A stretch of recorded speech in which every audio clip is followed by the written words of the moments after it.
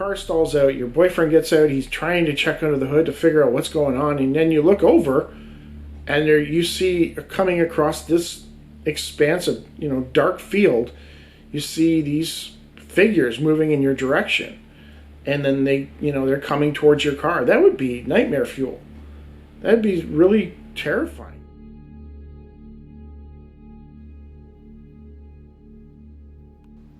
Rosalind Green, a dog breeder in Clacton, claims that she had a terrifying encounter while driving with her boyfriend one evening. The details of her experience were featured in a June 1995 issue of Options magazine. Jocasta Shakespeare traveled to her home in Clacton to interview her. She noted that the walls of her room were lined with rosettes and dog breeder awards.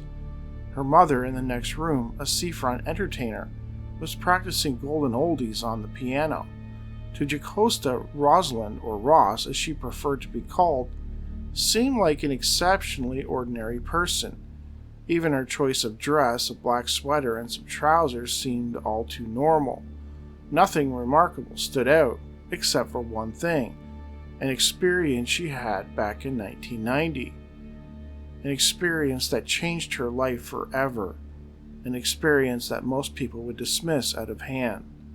But she had witnesses, and thankfully Jocasta wanted to learn more.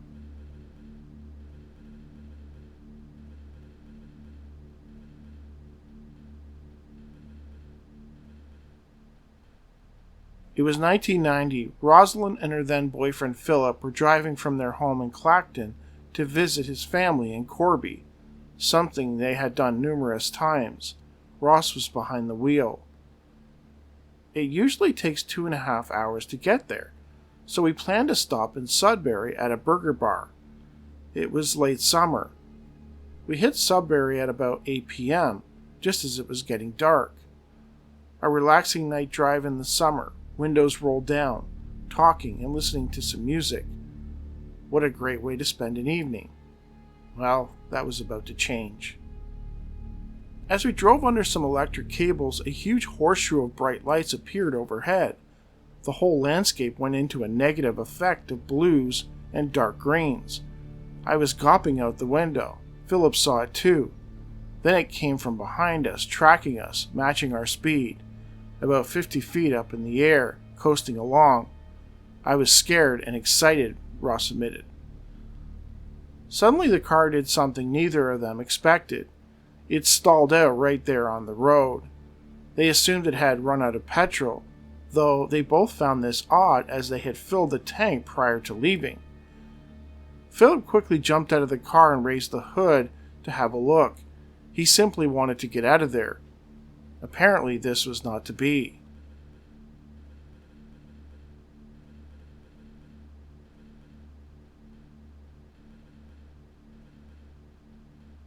Stuck on the dark road on the outskirts of Sudbury, Philip and Ross had no idea why their car had run out of gas, given that they had just filled the tank. Could it be the object that had started tailing them after getting into Sudbury? Philip didn't care. He just wanted to get out of there. He immediately jumped out and raised the hood. Curiously, Ross's next memory was of being in the car. Philip was now behind the wheel, and they were driving not far from Corby. The strange object was gone. What happened? When they arrived at Philip's parents' house, they rang the bell. It took a long time for them to answer the door, something the couple found odd. Soon after, they realized why. It was 2 a.m. They had been expected some 6 hours earlier. When they didn't show, Philip's parents simply went to bed. Neither Philip nor Ross could explain why it had taken them so long. In the days and weeks that followed, Ross found herself suffering from nosebleeds. Her genitals appeared to have been scarred by something. As well, she had V-shaped grooves in her back. There was also a V-shaped mark on the little finger of her left hand. She could not account for any of this. While neither Philip nor Ross could really remember what happened that night, the experience definitely changed them. Philip was so disturbed that he decided to walk away. By Christmas, they had split up. When a couple goes through something traumatic, a lot of times it will affect their relationship. In this case, these two witnesses, Rosalind and her boyfriend Philip, they couldn't actually recall the night, what exactly happened, but there was enough there in their subconscious that it did a number on their relationship. Like, apparently they just stopped talking, they stopped communicating, and eventually, they just split up. Around that time, Ross began to suffer from bouts of sleepwalking, something she had never done prior, and also fits of night drawing. In her sleep, Ross claims that she would draw pictures. When she would awaken, she could not recall drawing it. One morning she awoke to find that she had automatically drawn thousands of dots on a piece of paper. They linked together to form a high-domed face with black cat's eyes and a pointed chin. I thought I was going nuts and tried not to think about it, she admitted. I got on with everyday things. A while later, I got married. Right after she got married, she claims that her mental and physical health were taking a toll. She had actually stopped menstruating, and she said she gained a lot of weight, like around 70 pounds. So she was not in a good state. Eventually, she determined that her ill health might be somehow connected to that night back in 1990. She decided to seek out a hypnotist, who determined that it might actually be helpful to her to try and recover those missing hours.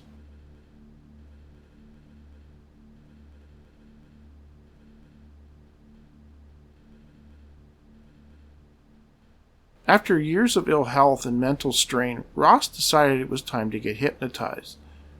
She had no idea what would happen, but she was hoping it could fill in the gap of time between the car stalling and arriving in Corby. The hypnotist, not named, took Ross back to that night. The fear and anxiety returned. They were back, stalled out on that country road. Total darkness except for the light streaming down on them from above. Philip had gotten out and lifted the hood. Ross recalled looking over and seeing 5 figures moving across the field towards her. They surrounded the car. Where was Philip? The figures reached inside and pulled her out and took her to their craft, which was parked in the dark field nearby. They took her aboard and brought her to a room and placed her on a bench made of a transparent, hard material. She was forcefully held down and her clothes were removed.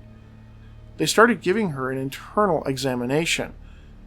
At this point, Ross suddenly sat up from the hypnotist's couch and screamed, "No, I don't want children." Talking to Jocasta, Rosalind admitted that she now believes that the beings wanted to implant her with something. She believed that the beings who took her that evening were involved in some kind of, quote, genetic manipulation or crossbreeding type program. She had the sense that they had done it to other women, and the half-human, half-entity hybrids might very well be living among us. Ross confessed that the experience affected her deeply, not only physically but psychologically as well.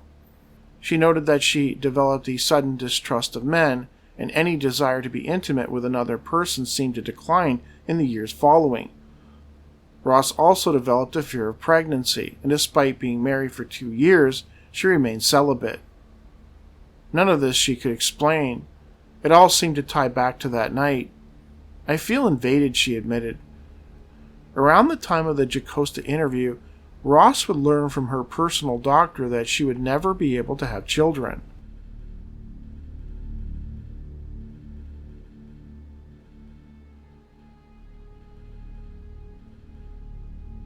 Ross believed that the beings were involved in some type of breeding program. I know David Jacobs also believes this theory. And indeed, some witnesses have described seeing these hybrid children aboard crafts. There is also the whole BEK angle, which some believe are connected to this program. In the 1978 issue of Barry C. Golding's UFO Info No. 5, there is an account from one Michael Burt, who was involved in a very strange incident at his Rochdale home in Greater Manchester. Burt had recently gotten involved with an area UFO group and had publicly organized a meetup, trying to gather others in the area interested in the topic. On December 27, 1977, Bert was at home watching television when just after 7:30 p.m. there was a knock on the door. Here's the account in Bert's own words. On hearing children's voices and then a knock on the door, I thought it rather late now for carol singers. However, I opened the door to find a small boy of around 9 years old standing there. He appeared surprised at first as he had forgotten what it was he had knocked for. Then, in a rather deep voice, he asked, "Excuse me, have you got the right time, please?" I looked at my watch, which read 7:30 p.m., and told the boy, who then thanked me and began to walk away. I felt there was something strange. With the boy was another younger boy about 7 years old, and a little girl of about 5 or 6. They both looked at me and proceeded to walk away back in the direction to which they had come. I was sure of this as their voices were heard to pass under the window. As they disappeared, not literally, around the corner, I suddenly looked up to see a brilliant white light come across the sky in an easterly direction. It can only be described as a flying light bulb. The sky was fairly clear with just some very light, high clouds.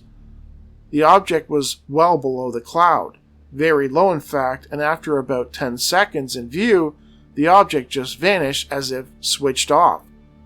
Although there were very light clouds well above where the light had been, no shape could be distinguished below the cloud after the light had gone out. There has been no confirmation of this sighting from any other source, but it was witnessed by one other person with myself.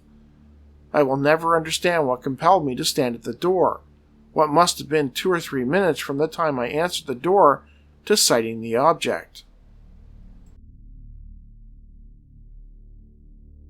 A lot of skeptics will say that there's, nothing to the BEK reports. This whole thing is a creepypasta, and there were no reports prior to 97 when Brian Bethel wrote of his encounter.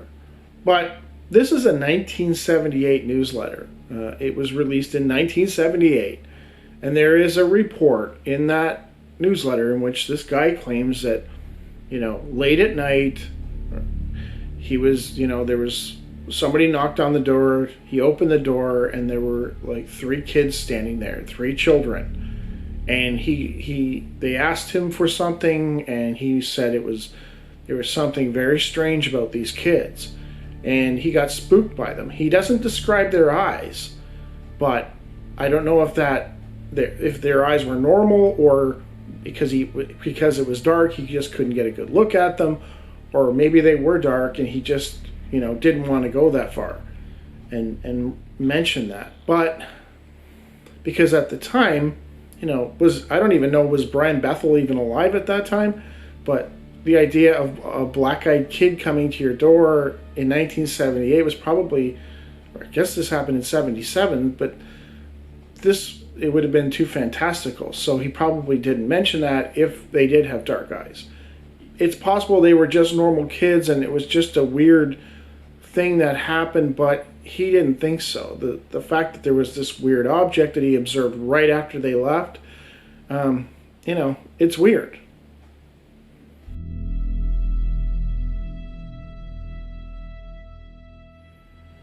There actually was a picture of Rosalind in the article, but the scanned copy I had of the article was so dark that you can't really make out the image at all. It's really bad. I'd love to show a picture of her, but I can't. I just don't have a good copy of this magazine.